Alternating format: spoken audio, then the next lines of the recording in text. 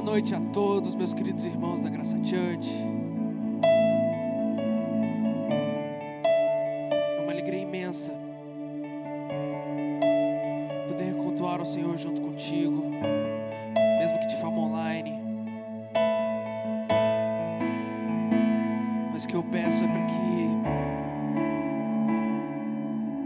a mesma reverência que nós poderíamos ter aqui, que você possa ter na sua casa. Então feche seus olhos nesse momento. Peça mais do Senhor nesse lugar. Peça mais do Senhor aí na sua casa. Crie um altar de adoração a Ele.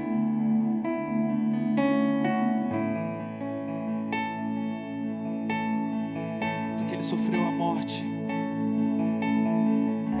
para nos dar a vida.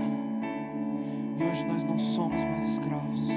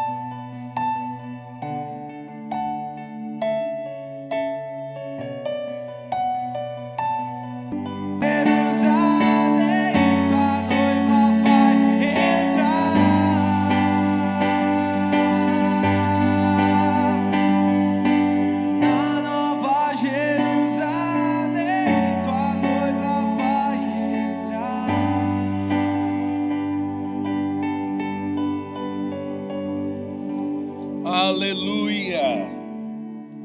Louvado seja o nome do nosso Senhor e Salvador Jesus Cristo.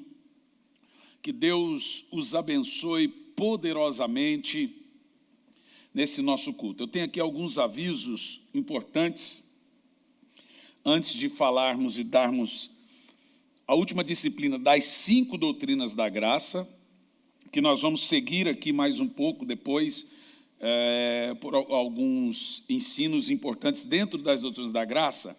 São 5. Hoje nós vamos falar da última, que é a convicção dos santos.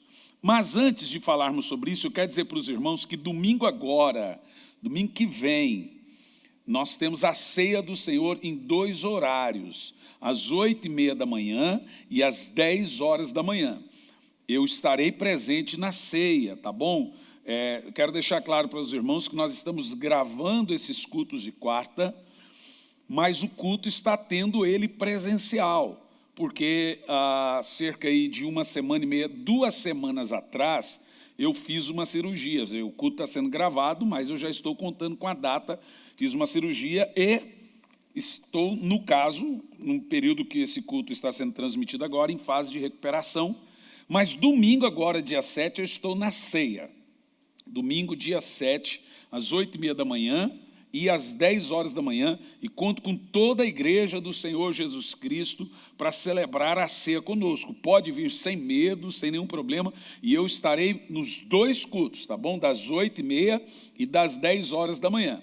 Então pode vir tranquilo, sem medo, vai ser uma bênção. Nós vamos agora ofertar na casa do Senhor. Eu quero chamar você a responsabilidade, você que é dizimista, você que é ofertante, jamais deixe a igreja do Senhor perecer, meu irmão.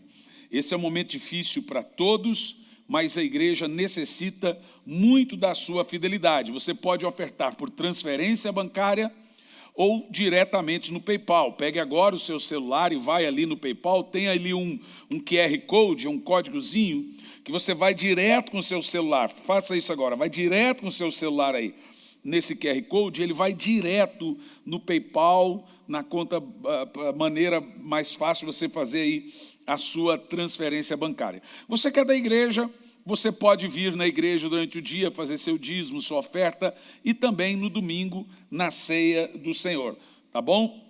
Também é importante frisar que as nossas reuniões de jovens, o Graça Point, está acontecendo.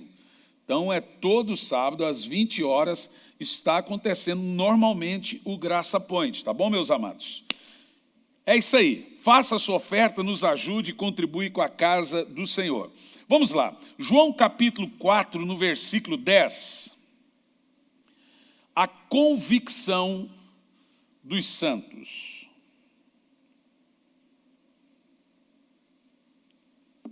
Meus irmãos, preste muita atenção. Aqui, fazendo uma recapitulação do que nós já aprendemos e ouvimos até agora.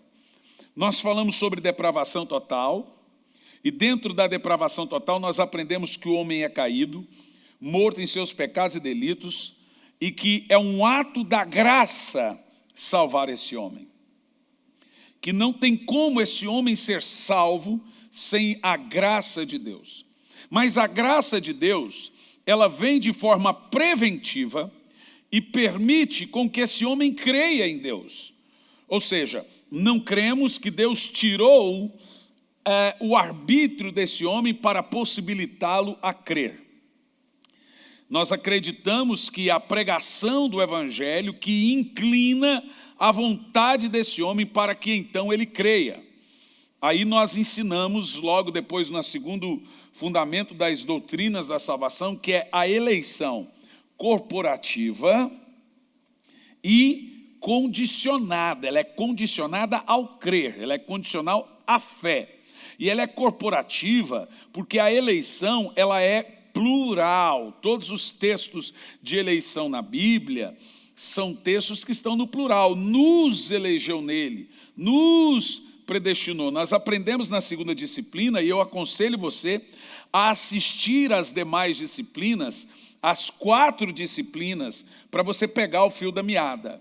Nós aprendemos que a eleição é o ato de escolha de Deus, e predestinação é o destino dos eleitos. Prestou atenção? Eleição é o ato da escolha de Deus, e a predestinação é para onde vão esses destinos. Eu citei um exemplo do ônibus. Veja, eu pego lá um ônibus lá na minha casa para vir para a igreja, um ônibus lá no Boqueirão para vir no São Brás. Quando eu vou pegar esse ônibus, veja, está lá escrito lá, São Brás. Boqueirão a São Brás, um exemplo. Pense comigo o seguinte, esse ônibus, ele é predestinado para chegar no São Brás. Antes que eu entrasse nesse ônibus, ele já era predestinado para chegar no São Brás, está escrito São Brás. Eu compro um bilhete e entro nesse ônibus. Veja, eu agora sou eleito para entrar nesse ônibus que tem um destino desse eleito, que é o São Brás. Se eu descer antes do São Brás, o ônibus chega no seu destino? É evidente que chega. Mas eu não cheguei. Ou seja, enquanto eu estou no ônibus, eu sou predestinado para chegar no destino e eleito para chegar no destino. E o que me torna eleito é o bilhete que eu comprei. Fui eleito para entrar nesse ônibus que é predestinado para chegar no destino. A diferença é que, na eleição, quem comprou o bilhete para a minha predestinação foi Jesus. Veja, a igreja é o ônibus, ela está predestinada para o céu, assim como Israel. Enquanto eu estiver na igreja, o meu destino é o céu. Mas se eu me afastar de Jesus, a igreja vai chegar no destino final e eu não. Nós aprendemos que quem segura a minha salvação, eu sou salvo pela graça em Jesus Cristo. Então só Jesus pode possibilitar a minha salvação.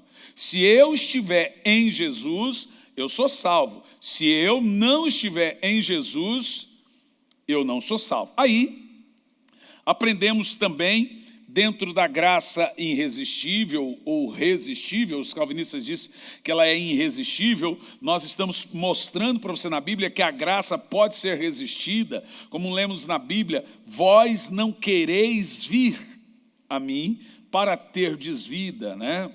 Vós não quereis vir a mim para terdes vida. João 5, versículo 40. Eles não quiseram ter vida, os fariseus não quiseram ter vida e não quiseram ser batizados por João, né? aprendemos também que a expiação, que é o ato de levar os pecados, foi por toda a raça humana. Hoje, nós vamos falar sobre a convicção do santo. Por quê? Não só, aqui temos que fazer uma menção seguinte, não é só calvinista que crê que não perde a salvação. Há arminianos que também creem que não perde a salvação. É impressionante, mas eu gostaria de mostrar para você aqui na Bíblia que a convicção dos santos está em estar firme com Jesus, está em perseverar, em permanecer. Você está salvo enquanto você não apostatar da fé.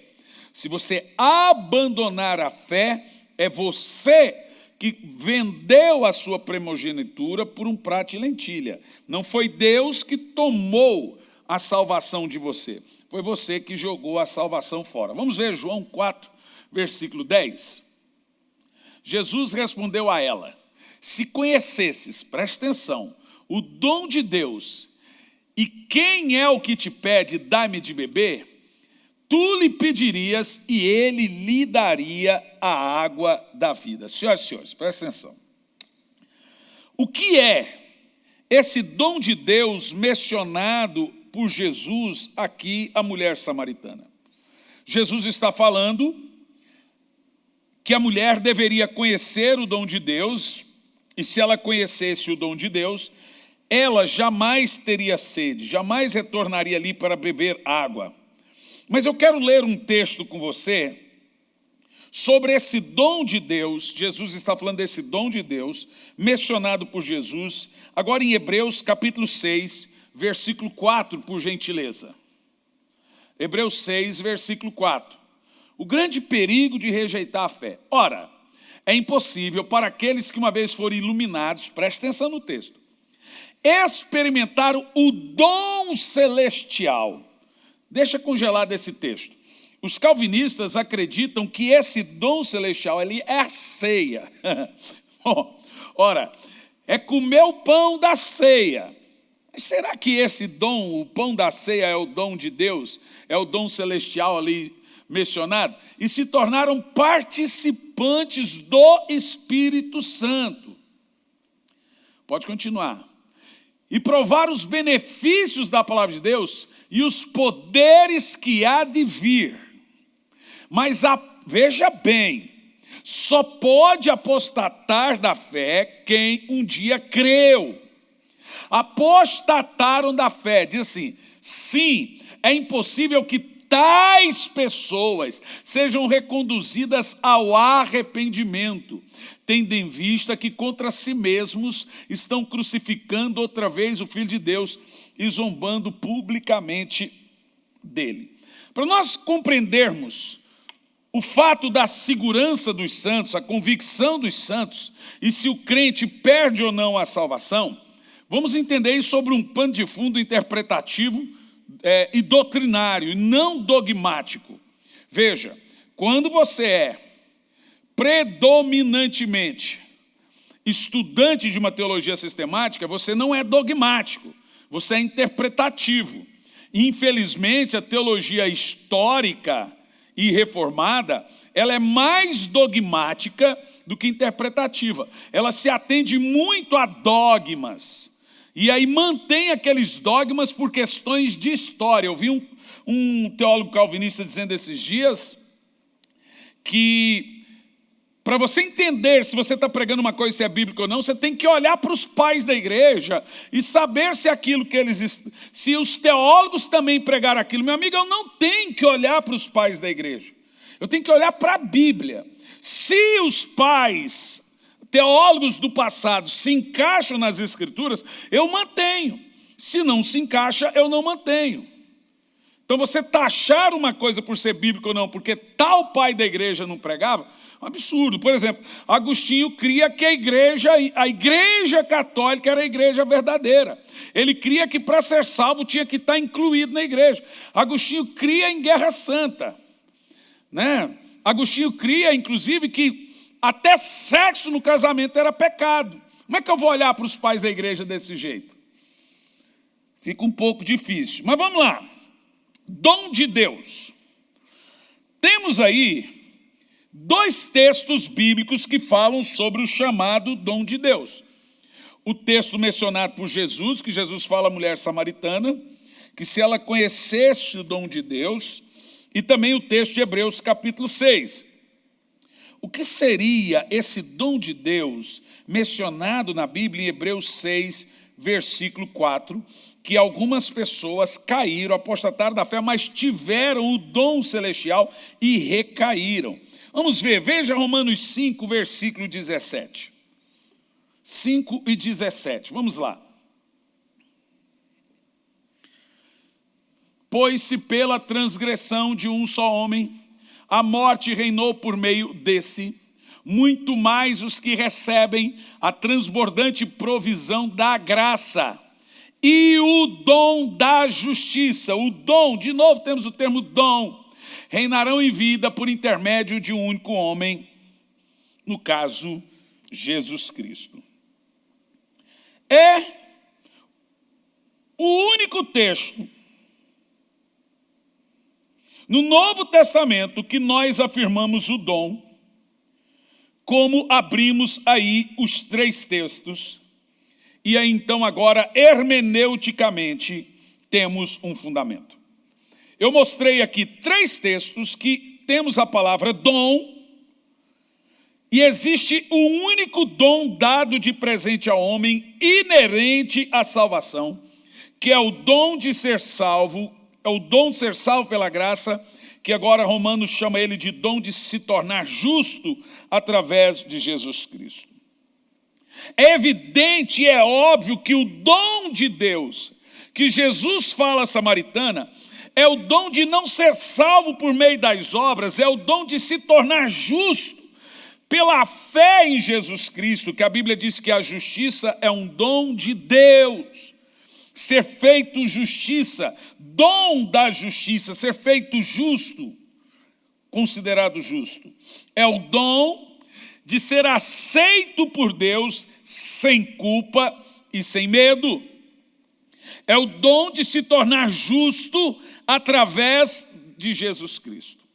O que faz muito sentido, essa linha interpretativa é a que mais faz sentido, é que se você olhar o contexto, essa mulher estava envergonhada de todos, ela tinha muita vergonha, e ela ia àquela hora tirar água quando não tinha ninguém. Veja, o dom de ser aceito sem culpa, lá no poço, ela então tem que ouvir que Deus não se envergonha dela, e que através de Jesus ela poderia ser aceita. Essa mulher teve 5 casamentos, o que para o mundo de sua época era uma enorme vergonha. Então essa mulher vivia com culpa, com medo, vergonha e cheia de acusações. Então agora Jesus está falando para ela a possibilidade de justiça, de justificação, de ser aceita através dele, da possibilidade de viver sem medo, sem culpa e andar livre. Esse é o contexto da salvação. Eu sou a justiça de Deus em Cristo. Sou justificado pela fé sem nenhuma agregação de obras. Por isso que Jesus disse, se você soubesse quem fala contigo, e o dom de Deus, o dom de não ter culpa, o dom de ser aceita, você me pediria a água da vida. Vocês sabem, justiça é a sua nova natureza. A Bíblia chama você de justiça de Deus. É o dom de se tornar justo através de Jesus. Justiça é o dom de Deus. Veja, verso 19 de Romanos 5, verso 19. Sendo assim, por meio da desobediência de um só homem, muitos se tornaram pecadores. Agora, por intermédio da obediência de um só, muitos são feitos justos. Que coisa poderosa! Ou seja, justiça agora é o dom, é quem você é a sua atual natureza. Você é chamado de justo, é a sua natureza, é o seu caráter agora. Você quer ver? 2 Coríntios 5, versículo 21. 2 a de Paulo aos Coríntios 5, verso 21.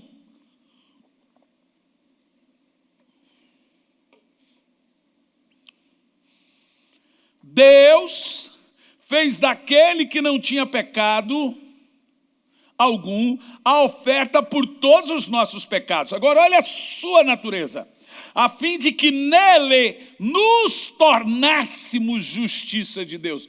Uma nova criatura, um novo caráter. Agora, como você se tornou essa justiça de Deus? É um dom. Quando Jesus diz à mulher samaritana, esse é o dom de Deus, e você não é justo fazendo, você é justo crendo em Jesus, não é por suas obras, mas é pela obra de Jesus, ok? O dom de Deus é o presente gratuito de se tornar justiça de Deus por causa de Jesus Cristo.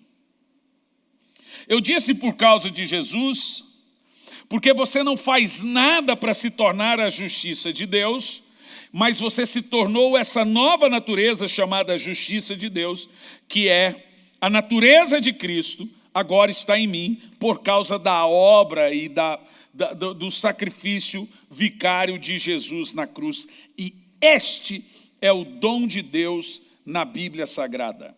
Este é o dom que Jesus falou para a samaritana, e o dom celestial, a natureza celestial do livro de Hebreus. E é isso que eu quero provar para você aqui na Bíblia, se o cara perde ou não a salvação. A salvação é o dom da justiça. Eu sou justo, agora eu sou salvo. Mas essa justiça pode ser revertida? O cara, uma vez justo, ele deixa de ser justo? Vamos ver, veja de novo Hebreus 6, verso 4. Vamos analisar esse texto sobre um pano de fundo teológico. É impossível para aqueles que uma vez foram iluminados e experimentar o dom celestial, o dom do céu, o dom de Deus.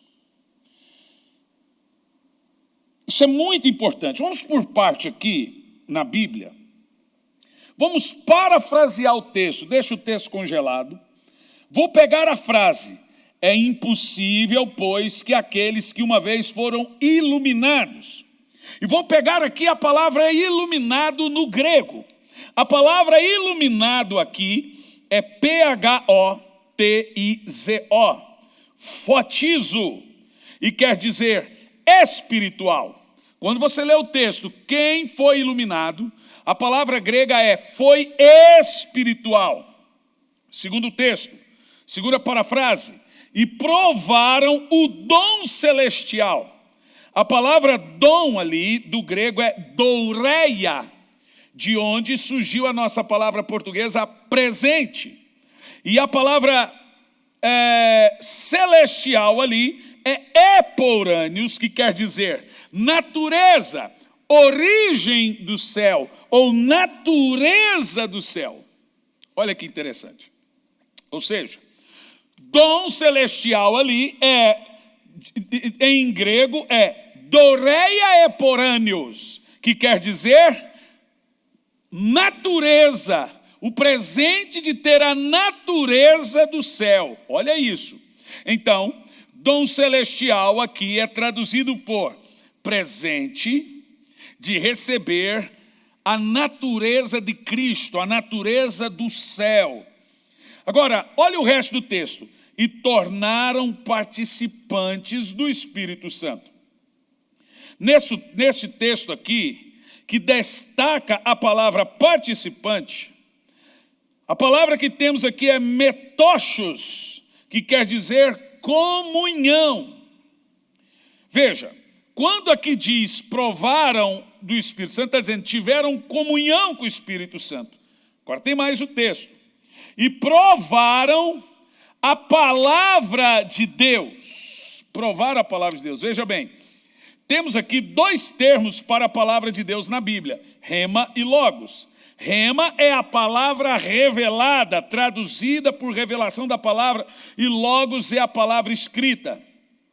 Quando o texto diz que provar a palavra de Deus, o termo que temos aqui é rema, que quer dizer provaram as revelações de Deus, as revelações da palavra de Deus.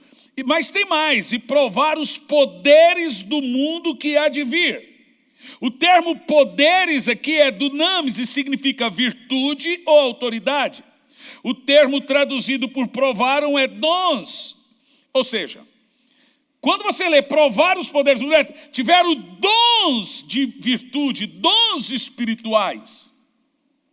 Então vamos traduzir o texto, da raiz do texto, transliterando, parafraseando palavra por palavra. Olha como se lê o texto. É impossível, pois, que aqueles que uma vez foram espirituais e provaram a nova natureza do céu, e tiveram comunhão com o Espírito Santo, e tiveram revelações da palavra de Deus, e tiveram o poder de Deus, e recaíram. Olha só, olha como está o texto do grego para a parafrase do português. Aqueles que foram espirituais, tiveram a nova natureza do céu, comunhão com o Espírito Santo, revelações da palavra de Deus, poder de Deus, e esses recaíram. É impossível que uma vez sejam renovados para o arrependimento, visto que de novo estão crucificando para si os filhos de Deus. E esse texto é tão poderoso, ele faz conferência com Hebreus 10, agora verso 26 ao 31. Você quer ver? É possível que uma pessoa que tenha tido pleno conhecimento de Deus volte a crucificar Jesus de novo. Olha lá, quer ver? Porque se vivermos deliberadamente em pecado, senhoras e senhores, pelo amor de Deus, como que um crente não perde a salvação diante de tantas verdades incontestáveis? Deliberadamente em pecado, depois de termos recebido o conhecimento da verdade. Já não resta sacrifícios pelos pecados. Eu desafio os pregadores da hipergraça e os hipercalvinistas a pregar esse texto. Você não vê-los pregando esse texto. Olha o que diz o texto, verso 27. O que existe para esse tipo de gente? Que conheceu a verdade e caiu, recaiu, quer dizer, abandonou, apostatou da fé. Uma horrível expectativa de juízo e fogo ardente prestes a consumir os inimigos de Deus. Foram taxados de inimigos, verso 28. Ora, aquele que rejeitava a lei de Moisés morria sem misericórdia mediante a palavra de acusação de 2 ou 3 testemunhas. Julgai vós, quanto maior castigo merecerá quem feriu os pés do Filho de Deus, profanou o sangue da aliança. Jesus morreu por ele teve revelação das Escrituras, mas agora ele está profanando o sangue da aliança com o qual foi santificado e insultou o Espírito da graça. Agora os próximos versos são terríveis. Porquanto nós conhecemos aquele que declarou: a mim pertence a vingança. Em outro trecho, o Senhor exercerá juízo sobre o seu povo. 31. Assim, terrível coisa é cair na mão do Deus vivo. Você quer ver mais um texto?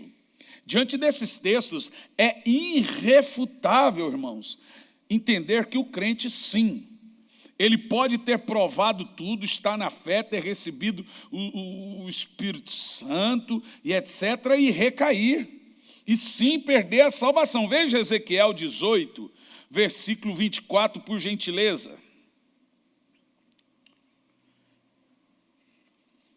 Se porém, olha lá, gente, por favor, um justo se desviar da verdade e da justiça. Você sabe o que me irrita? É que os crentes comem pela mão dos outros. Olha o texto. Isso é justo?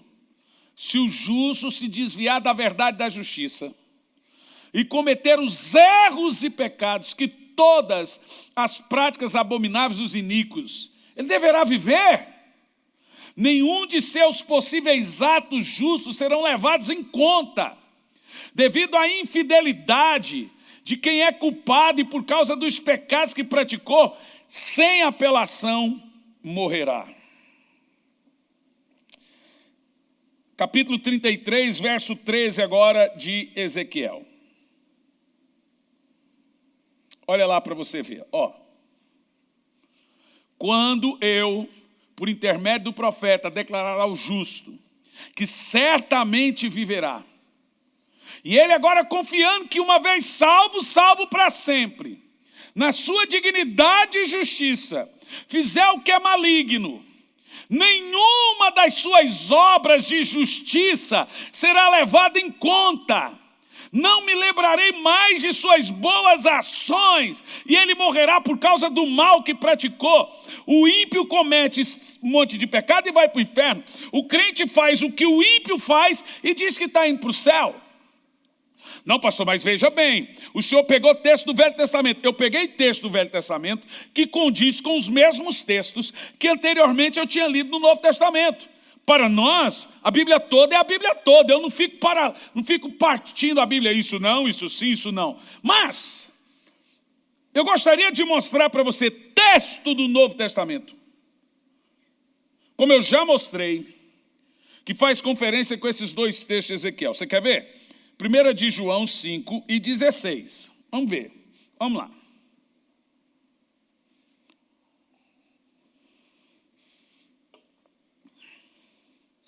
Se alguém vir seu irmão cometer pecado que não leva à morte, ore, e Deus dará vida ao que pecou. Refiro-me àqueles cujo pecado não leva à morte. Existe pecado que conduz à morte. Não estou ensinando que se deva orar por esse. Deixa o texto congelado. Olha lá.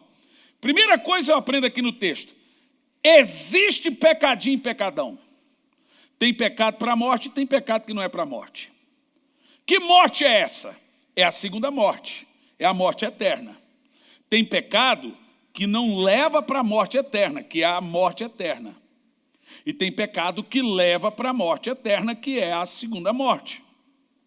O que é interessante é que o apóstolo João diz aqui que a crente que comete pecado para a morte, ou seja, pecados que estão comprometendo a sua salvação, e tem pecados que não estão cometendo. E você, quando percebe que o irmão está cometendo pecados que não conduzem à salvação dele, que ele ainda não morreu na consciência, não perdeu ali a consciência dele, ou seja, pecou para a morte eterna, você pode orar que Deus concede o arrependimento, mas quando o cara já comprometeu a consciência, o entendimento dele, e ele já tem argumentos suficientes para continuar pecando, não adianta orar. É isso que João está dizendo.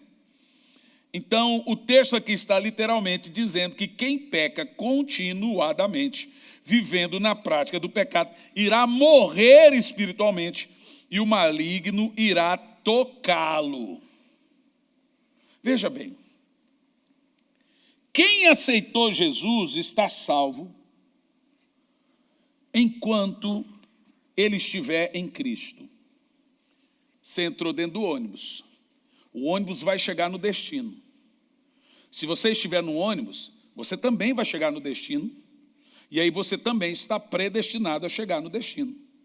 Mas se você descer do ônibus, o ônibus vai chegar no destino e você não. O ônibus é a igreja. Se você estiver em Cristo, no corpo de Cristo, você está salvo.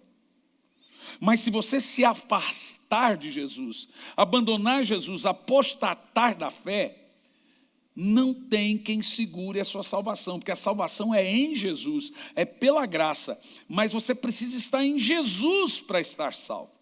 Se você abandona Jesus, você abandonou a salvação. Então você está querendo me dizer que o cara aceitou Jesus e agora ele virou um ateu, ele é inimigo de Deus, mas porque um dia ele levantou a mão na igreja, porque um dia ele cantou na igreja, tomou da ceia, ele está salvo? É isso que você está querendo? Não, não estou querendo dizer isso. Não, eu estou querendo dizer que o cara que tem Jesus, ele tem um fruto do Espírito, ele não desvia. Bom, isso também é uma verdade, mas tem gente, tem justo que cai, 7 vezes o justo cai, 7 vezes Deus o levanta. Então é possível, veja, o que nós estamos debatendo aqui é o fato de que a salvação ela pode ser perdida. É claro que ela pode ser perdida se você jogar a salvação fora, se você vender a sua primogenitura, que é a salvação, por um prato de lentilha. Aí não é Deus que te tomou a sua salvação, é você que jogou ela fora, dizendo que não quer ser salvo. Eu não quero ir a Deus para ser salvo. O que nós aprendemos aqui? Em primeiro lugar, a justiça é revertida. O cara morre de novo. Só que Jesus morreu para você se tornar justo uma vez só. Agora, quando você peca para a morte e morre espiritualmente, Jesus não vai morrer de novo por você. Já não resta sacrifício pelos pecados.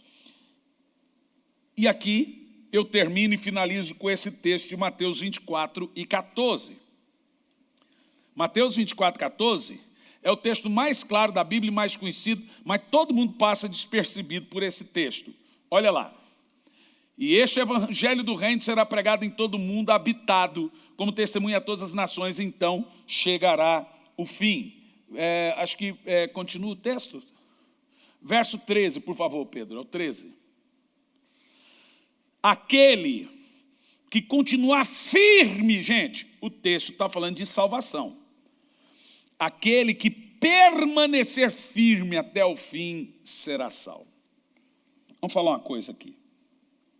Eu sei que na cabeça de algumas pessoas não faz sentido a salvação por ser pela graça, ser um dom de Deus e ser perdida. Não faz sentido se você imaginar que Deus te toma a salvação.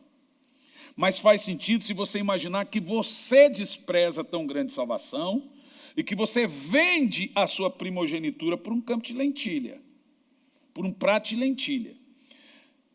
Porque é isso que acontece. Não é Deus que está te tomando a salvação pela graça. É você que está jogando essa salvação fora e não querendo ser salvo, provando com as suas atitudes. Então você quer um conselho meu? Permaneça firme. Porque se você tiver em Jesus, você tem o testemunho dentro de você que você está salvo. Se você não descer do ônibus, o ônibus vai chegar até o final. Mas se você descer do ônibus, você não chega até o final, mas o ônibus chega até o final. Então, respondendo à pergunta, perde a salvação, e a salvação pode ser perdida por quem? Por aqueles que não permanecem firmes até o fim, por aqueles que decidem por sua própria vontade, seu querer, viver os prazeres do mundo e rejeitar a verdade para se salvar. Tá bom? Na próxima aula nós vamos trazer uma exposição dentro das doutrinas da salvação, explicando biblicamente Romanos capítulo 9. É o texto da Bíblia mais aplicado pelos calvinistas, e quando eles estão em apuro, eles correm para Romanos 9. Então, no próximo disciplina de quarta-feira, nós vamos falar sobre Romanos 9. Tá bom, meus amados? Senhor Deus, abençoe essa casa, esse lar, essa vida, a vida desse irmão, cuide deles e os proteja em nome de Jesus. Que o amor de Deus, a graça do Senhor Jesus e a consolação do Espírito Santo seja com todos, hoje e sempre. Amém. Aguardo você na ceia, domingo que vem, às 8h30 e às 10 horas da manhã. Que Deus te abençoe.